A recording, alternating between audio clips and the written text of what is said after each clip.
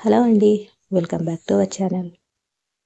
మన ఛానల్లో ఇవాళ రెసిపీ వచ్చేసి సింపుల్గా చేసుకునే బంగాళదుంప ఫ్రై ఎలా చేయాలో చూసేద్దాం. ఇందులోకి ఎక్కువ మసాలాలు కూడా వేసుకోవాల్సిన అవసరం లేకుండా చాలా టేస్టీగా ఎలా చేయాలో చెప్తాను, చూసేయండి.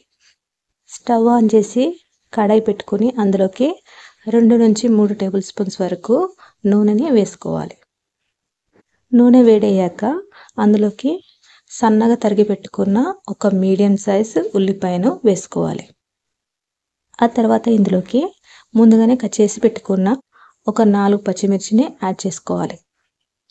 తినే కారాన్ని బట్టి పచ్చిమిర్చి ఎక్కువ అన్నా తక్కువ అయినా యాడ్ చేసుకోవచ్చు.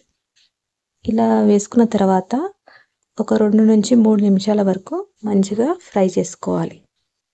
ఇలా ఉల్లిపాయలు కొంచెం రంగు మారిన తర్వాత అందులోకి ముందుగానే శుభ్రం చేసి పెట్టుకున్న కరివేపాకు ఆకులని ఒక 2 నుంచి 3 రెబ్బల వరకు యాడ్ చేసుకోవాలి.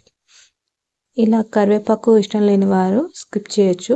కాకపోతే కరివేపాకు వేసడం వల్ల ఆలు ఫ్రై టేస్ట్ అనేది చాలా బాగుంటుంది.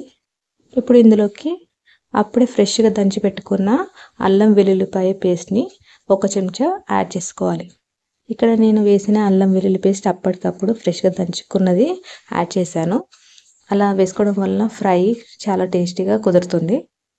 ఇలా అల్లం వెల్లుల్లి పేస్ట్ పచ్చివాసన పోయే వరకు ఫ్రై చేసుకున్న తర్వాత అందులోకి ఒక 1/2 టీ స్పూన్ వరకు పసుపుని యాడ్ చేసుకోవాలి.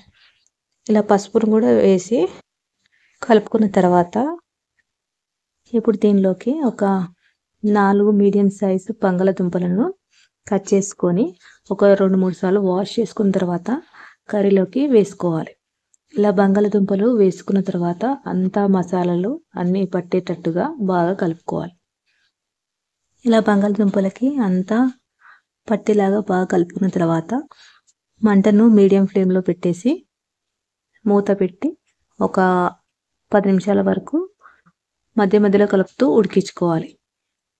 ఇలా ఒక 10 నిమిషాలు అయిపోయిన తర్వాత మూత తీసి ఒకసారి అంతా బాగా కలుపుకోవాలి. కలుపుకున్న తర్వాత అందులోకి రుచికి సరిపడా ఉప్పుని యాడ్ చేసుకోవాలి.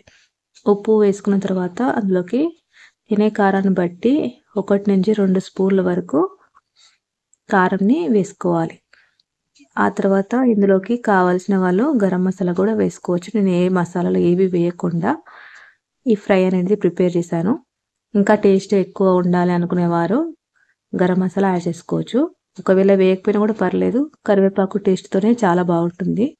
ఒకసారి ఇలా ప్రిపేర్ చేసుకొని చూడండి, మీకు కూడా నచ్చుతుంది. ఇలా ఉప్పు కారం యాడ్ చేసుకున్న తర్వాత అంతా కలిసిపోయేలాగా బాగా కలుపుకోవాలి.